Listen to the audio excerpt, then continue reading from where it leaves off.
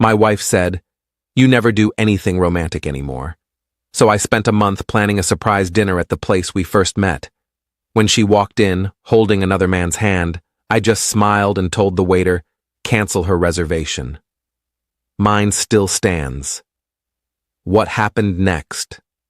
No one expected. I'm 40 years old, and up until about 2 months ago, I thought I was doing everything right in my marriage. My wife Amanda and I had been together for 12 years, married for 9.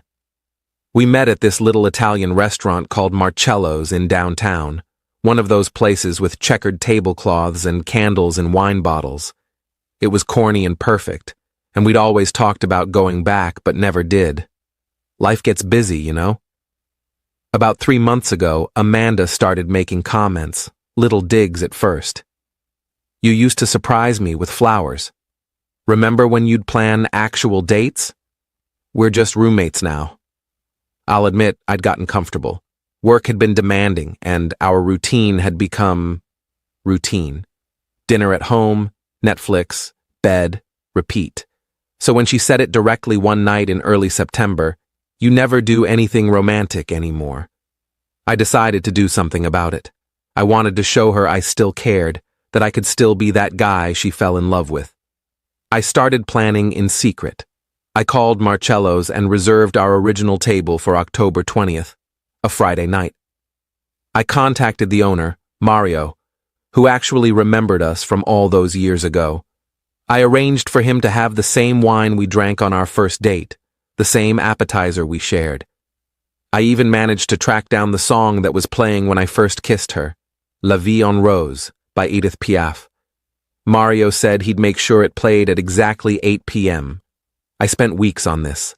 I bought her a new dress, burgundy, her favorite color, and left it on the bed with a note that morning. "Wear this tonight. Be ready at 7:30. Trust me." I thought I was being romantic as hell. That day, I left work early to get ready. I put on the suit she always said she loved. I was nervous, excited even. I felt like I was 28 again, planning our first real date. At 7:15, I went to find Amanda to see if she was almost ready. She wasn't in the bedroom. Her car was gone. The dress was still on the bed, untouched. I called her. It went to voicemail. I texted, "Where are you? We have plans tonight." 20 minutes later, she texted back, "Something came up with work. Going to be late. Don't wait up." My heart sank, but I told myself not to panic. I texted Mario, told him we might be a few minutes late. He said no problem, he'd hold the table. I decided to go ahead to the restaurant. Maybe she'd meet me there once she was done with whatever work thing had come up. Maybe she'd forgotten about the note. I'd surprise her anyway. I got to Marcello's at 8:05. Mario greeted me with a huge smile and led me to our table, the same corner booth where we'd sat 12 years ago. The candle was lit. The wine was already poured. Everything was perfect, except Amanda wasn't there. I sat down and sent her another text. "I'm at Marcello's, the place where we met. I planned a surprise for us. Please come." No response. I waited. Mario brought the appetizer, bruschetta, just like our first date. I picked at it, checking my phone every 30 seconds. At 8:30, the door opened, and Amanda walked in, with another man. They were holding hands. I watched them for a moment, frozen. She was laughing at something he said. He was tall, probably late 30s, wearing an expensive-looking blazer. They looked comfortable together, natural. Amanda didn't see me at first. They were waiting to be seated near the front. But I saw everything. The way she touched his arm, the way he leaned in close to whisper something. Mario saw them too. He glanced at me, his expression a mix of confusion and pity. I shook my head slightly, a silent, "Don't say anything." Then Amanda's eyes swept the restaurant and she saw me. Her face went completely white. For a second, nobody moved. Then I did something I didn't plan. I smiled. Not a sad smile or a bitter one. A genuine, calm smile. I raised my wine glass slightly, like I was toasting them. Then I caught the eye of our waiter, a young guy named Danny, who'd been hovering nearby nervously. "Danny," I said, loud enough for Amanda to hear, "cancel her reservation." Mine still stands. The restaurant went quiet. Not completely silent, but that kind of quiet where you know people are pretending not to listen but absolutely are. Amanda let go of the man's hand. She said something to him I couldn't hear, then started walking toward my table.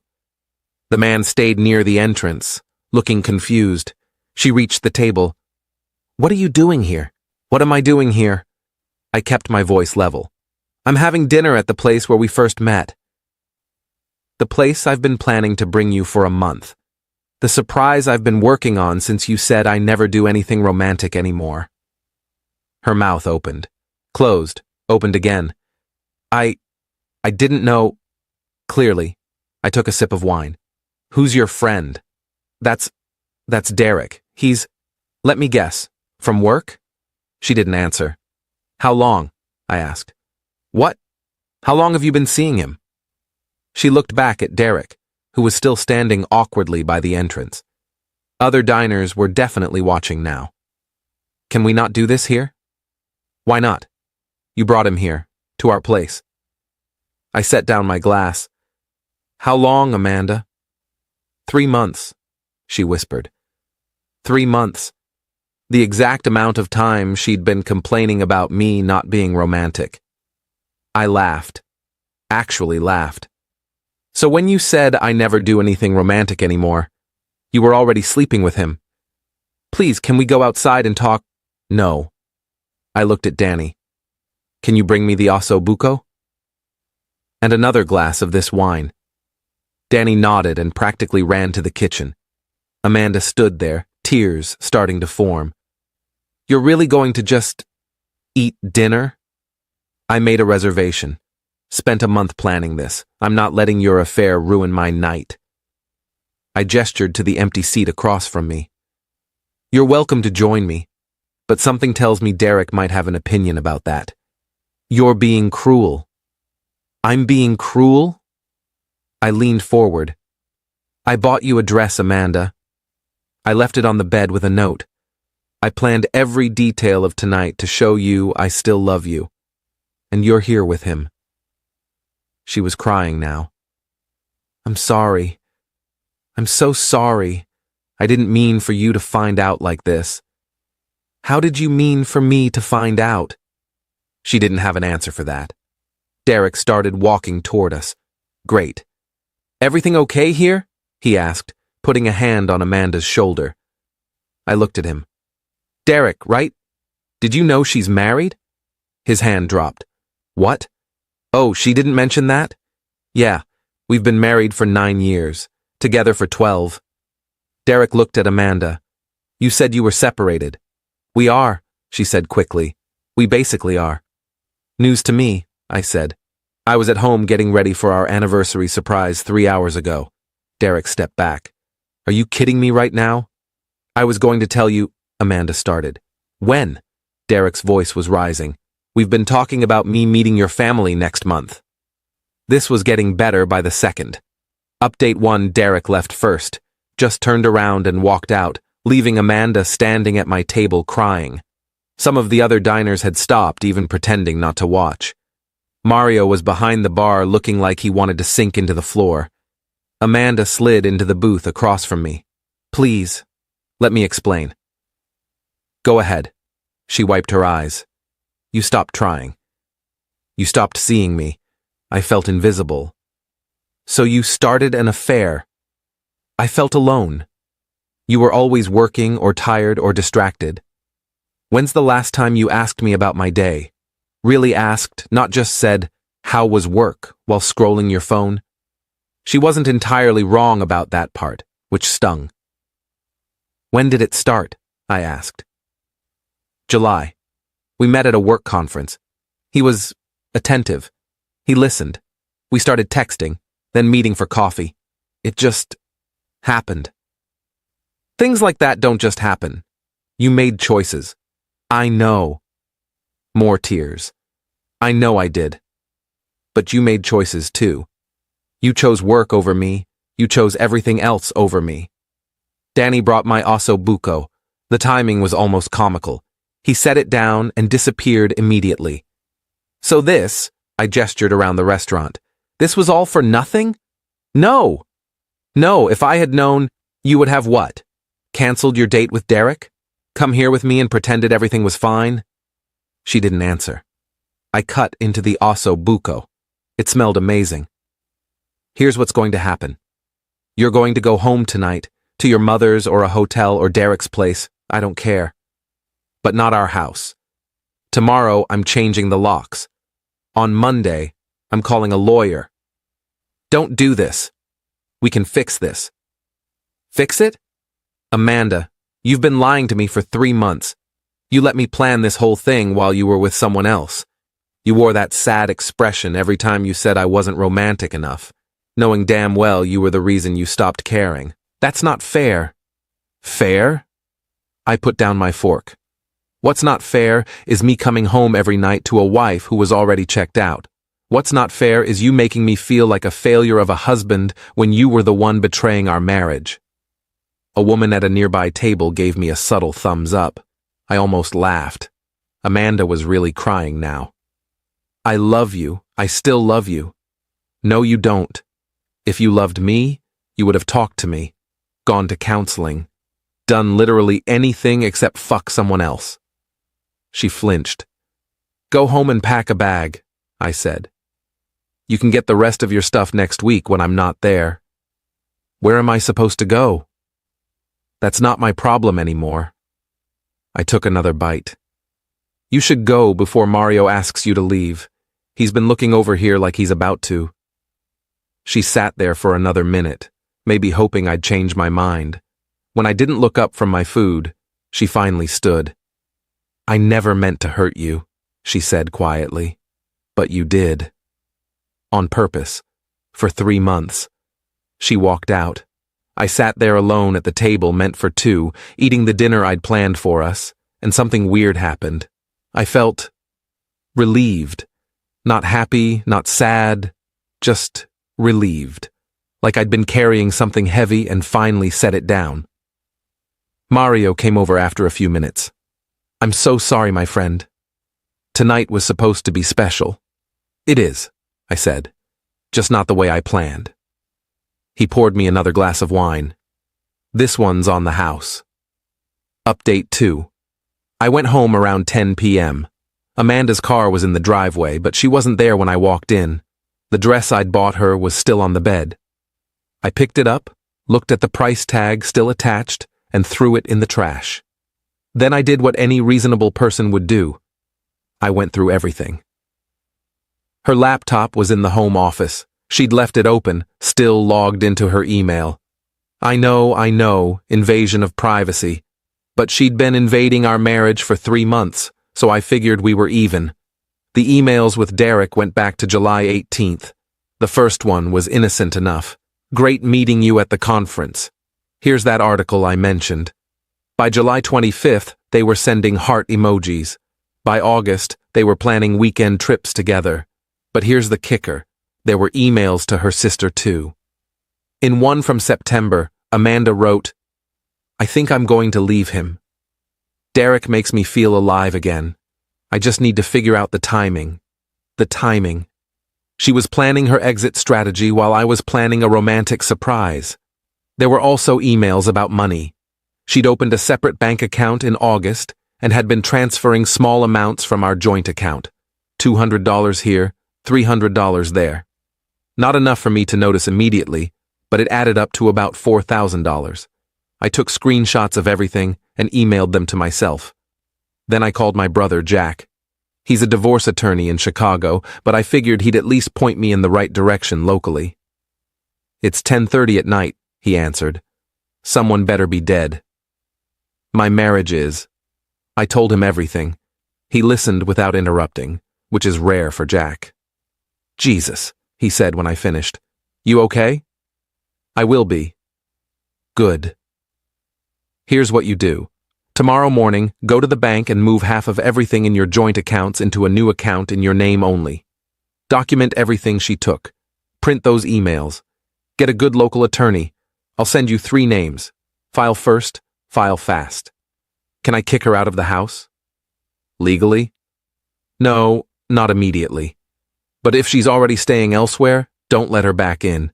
Change the locks like you said. If she shows up, you can claim you feared for your safety, given the emotional volatility. I didn't fear for my safety. You did now. Trust me on this. We talked for another hour about strategy, finances, what to expect. Jack's good at what he does, and by the time we hung up, I had a plan. Amanda came home around midnight. I heard her car, then her key in the door. She walked into the bedroom where I was sitting on the bed, fully dressed. We need to talk, she said. We really don't. I ended it with Derek. Right now. I called him and told him it's over. Congratulations. I'm serious. I want to fix this. I want to fix us. I stood up. There is no us. There hasn't been for 3 months. Please. I saw the emails, Amanda. Her face went pale again. What? Your laptop was open. I saw everything. Derek, your sister, the bank account, all of it. You went through my personal... Don't. I held up a hand. Don't you dare make this about privacy. You plan to leave me. You've been stealing money from our joint account. You told your sister you were just figuring out the timing. She sat down on the bed like her legs gave out. I can explain. I don't want your explanations. I want you gone. This is my house, too. Actually, it's mostly mine. I put down the down payment before we got married, and I've paid 70% of the mortgage since. My attorney assures me that's going to matter. Your attorney? Called him an hour ago. I'm filing for divorce Monday morning. She started crying again. I was getting real tired of the crying. You can't do this. We can go to counseling. You should have thought about counseling before you started sleeping with Derek. Now you can either leave voluntarily tonight or I can make this a lot messier than it needs to be. Where am I supposed to go? Your sister's. A hotel. Derek's place. Oh wait, you ended it with him. I grabbed a duffel bag from the closet and threw it at her. Pack enough for a week. You can arrange to get the rest later. She just sat there. Amanda, pack. Now. It took her 40 minutes to pack. She kept trying to talk to me, apologize, negotiate. I ignored all of it and spent the time looking up locksmiths who did emergency calls. When she finally left, I changed all the passwords on our streaming accounts, our Wi-Fi, everything. Petty? Maybe. Satisfying? Absolutely. Then I found a 24-hour locksmith who could come out for an extra $200, worth every penny. By 3 a.m., I was alone in my house with new locks, sleeping in the guest room because the bed we'd shared felt wrong now. Update 3. Monday morning, I took a personal day from work and went to see one of the attorneys Jack had recommended, a woman named Patricia Chen, who had a reputation for being ruthless but fair. I brought her everything, the emails, the bank statements, documentation of Amanda's transfers, photos from Friday night at Marcello's that Mario had been kind enough to text me. Apparently someone at the restaurant had taken pictures of the whole scene and they'd made their way to him. Patricia looked through everything with the kind of calm efficiency that made me trust her immediately. This is good, she said. Actually, this is very good for your case. The affair, the financial hiding, the documented deception, it all helps. How long does this take? Depends. If she contests it, could be months. If she's smart and takes a fair settlement, could be done in 6 weeks. What's fair? You keep the house. You split the retirement accounts, 50-50. Joint accounts get split minus what she already took. She gets her car, personal belongings, and that's about it. No alimony because of the affair and because it's a relatively short marriage with no kids. She'll fight for more. Let her try. We have evidence of infidelity and financial deception. Most judges don't look kindly on that. I signed the retainer agreement right there. Patricia filed the papers that afternoon. Per state law, Amanda had to be officially served, which happened on Tuesday morning at her sister's house. I know because her sister called me screaming about it. "How could you do this to her?" Rachel yelled. "She made a mistake." "A 3-month mistake where she planned to leave me and stole $4,000? She didn't steal. She transferred money from our joint account into a secret account without telling me. That's stealing." "You're destroying her." "No, Rachel. She destroyed our marriage. I'm just making it legal." She hung up on me. Wednesday, I got a call from an unknown number. It was Derek. "Is this Amanda's husband?" he asked. "Ex-husband, almost. Who's this?" "Derek Mitchell. We met briefly on Friday." "Right, at the restaurant, while you were on a date with my wife." "Yeah." He sounded uncomfortable. "Look, I didn't know she was married. She told me she was separated, basically divorced, just hadn't filed papers yet. Classic line. I'm not trying to make excuses, but I wanted you to know I'm not that guy. I don't date married women. When I found out the truth, I ended it immediately." "Good for you." "I also wanted you to know, she's been calling me nonstop since Friday, showing up at my office, saying you forced her into the affair by being a bad husband." I laughed. "Of course she is." "I just thought you should know what she's saying. I appreciate the heads up." "For what it's worth," Derek said, "what she did to you was messed up. The whole surprise dinner thing? That was actually really romantic. She's an idiot." "Thanks, man." After we hung up, I actually felt a little bad for Derek. He seemed like a decent guy who got caught up in Amanda's mess. Thursday, Amanda herself called. I almost didn't answer, but curiosity got the better of me. "I can't believe you served me," she said. No hello, no preamble. "What did you think would happen?" "I thought we'd talk. I thought you'd at least give me a chance to..." "To what? Lie some more?" "Amanda, you had 3 months to talk to me. You chose to sleep with Derek instead." "I made a mistake." "You made a series of deliberate choices over 3 months. That's not a mistake, that's a pattern. The attorney you got is trying to take everything from me. You're getting exactly what you're entitled to. Half of what we built together, minus what you already took and nothing more. No house, no alimony, nothing beyond what's fair. The house is mine too. I put down the down payment with money I had before we met. I've paid most of the mortgage. Legally and morally, it's more mine than yours. I have nowhere to go. You have your sister. You have friends. You have Derek. Oh wait, he dumped you too, didn't he? Low blow? Yeah. Did I care? Not really. You've changed, she said. You're not the man I married. You're right. The man you married would have let you walk all over him, would have believed your apologies and taken you back. That man died on Friday night when I watched you walk into our restaurant holding another man's hand. She hung up. Update 4. The divorce moved faster than I expected. Amanda's attorney tried to fight for the house, for alimony, for a bigger share of everything. Patricia shot it all down with the evidence we had. In late November, we went to mediation. I saw Amanda for the first time since I'd kicked her out. She looked terrible, tired, thinner, like she hadn't been sleeping. Part of me felt bad. Most of me didn't. The mediator laid out the proposal.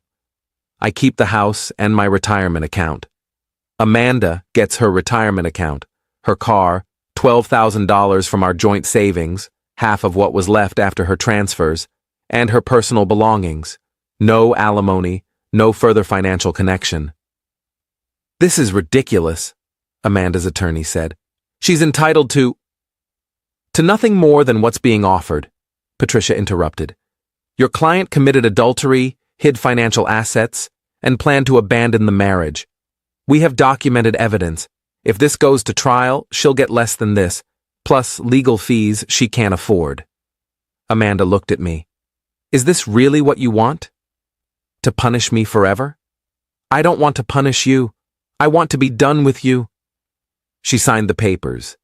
The divorce was finalized on December 18th, 2 days before what would have been our 10th anniversary. Final update. It's been 3 months since everything happened. I'm sitting in my house legally and completely now. And I'm okay. Better than okay, actually. I heard through mutual friends that Amanda's living with her sister, still teaching yoga part-time, struggling financially. Derek blocked her on everything after she showed up at his apartment drunk one night. She's apparently telling people I emotionally abused her and forced her into Derek's arms. I don't care what she tells people. The people who matter know the truth. Marcello's called me last week. Mario wanted to know if I'd ever come back. I told him maybe, but not for a while. The place still hurts a little. Work's been good. I got a promotion in January, ironically because I've been focusing more on my career since the divorce. Turns out when you're not worried about a failing marriage, you have a lot more mental energy. I've been on a few dates, nothing serious yet, but I'm not rushing. I'm learning to be alone without being lonely, which is harder than it sounds. Someone at work asked me last week if I regretted planning that whole romantic dinner, given how it turned out. I thought about it for a minute. No, I said, because it showed me exactly who she was. If I hadn't done it, I might have wasted years trying to save something that was already dead. The guy nodded. That's a healthy way to look at it. Maybe it is. Or maybe I'm just good at justifying things now. Either way, I'm 40 years old, divorced, and somehow more hopeful about the future than I was when I was married. Life's funny that way. Edit. A lot of people have been asking what happened to the dress I bought her. I donated it to a women's shelter. Figured someone should get use out of it. Edit 2. Yes, I kept all the screenshots. No, I'm not sharing them publicly. But yes, I still have them in case she tries anything legal down the road.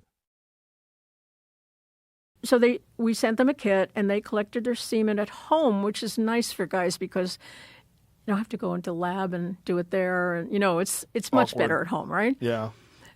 And they sent it in, and they figured out how to get all the parameters right, even though it's mailed. And so the couples did that. So we had, over time, levels in their body of the chemicals, semen quality, what they were doing, what they changed in their life, because we had this record of everything they changed. And then finally, we saw who got pregnant. And I hope your listeners will watch The Plastic Detox. It's a movie that a lot of people love and found, really moving. And you should watch it. Can I ask you about the coffee question? When you go to a place like, let's just say Starbucks, not to single them out, but are they using plastic with their coffee machines? Are their coffee machines made with plastic? I don't know about any particular place except my kitchen. I was just, the question was... I suspect that they are using plastic.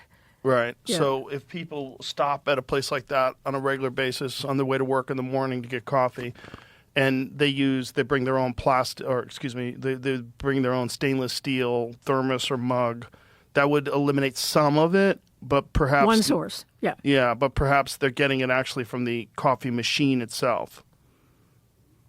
Because I see when they slide those... Yes. When you see these big industrial machines and they slide those filters in, those filters are plastic. Yeah. Yeah. Well, they probably have bisphenol in them. Yeah. Right. It's a plastic tray. It seems like I don't know. Yeah. But then there's a paper filter in the plastic tray, and so Yeah. you're getting it no matter what. And if they use those pods, yeah, at home, Bruno, one of our guys in the film, wonderful guy, he was kind of addicted to his coffee machine, his pods. The pods. And we said, Bruno, we want you to stop using those pods. No, I don't want to stop using them. But he did. And they've had 2 babies. Yeah. Now, I'm not saying that's the reason, but, it's a contribution probably. Well, there is certainly an issue. Like I said with my friend Philip, that it made a radical difference in his sperm count and Yeah. his testosterone levels. And so this is probably the case with so many Americans in this country that are dealing with infertility issues. A big part of it is probably these plasticizers. Is that how you refer to them? Yeah. Plasticizers, all these various chemicals that are endocrine disruptors that are ubiquitous in the modern world. Yes, unfortunately. It's crazy. And by the way, not the women. Let me say something. We didn't talk about the women last time very much, right? Well, a little bit we did. Little, Yeah, yeah. We I think we did. So the women need testosterone too, for sexual arousal and libido and so on, and muscle and we in our our study for future families, I think, or maybe, yeah, we got the urine, and we saw what they, how much phthalates were in their urine, and then we asked them some questions about their sexual experience. So how satisfied were they with their sexual life, and frequency. And the women who had higher levels of phthalates had less satisfaction and lower frequency. So it's not just the men. Completely makes sense. Everyone needs testosterone. Yeah. My wife's friend got on testosterone. She's, I guess she's about 50. She got on testosterone because of her doctor put her on some low level of cream or something like that. And her response was like, "It makes me horny like a bloke." She's English. She's like, I thought that was a very funny thing.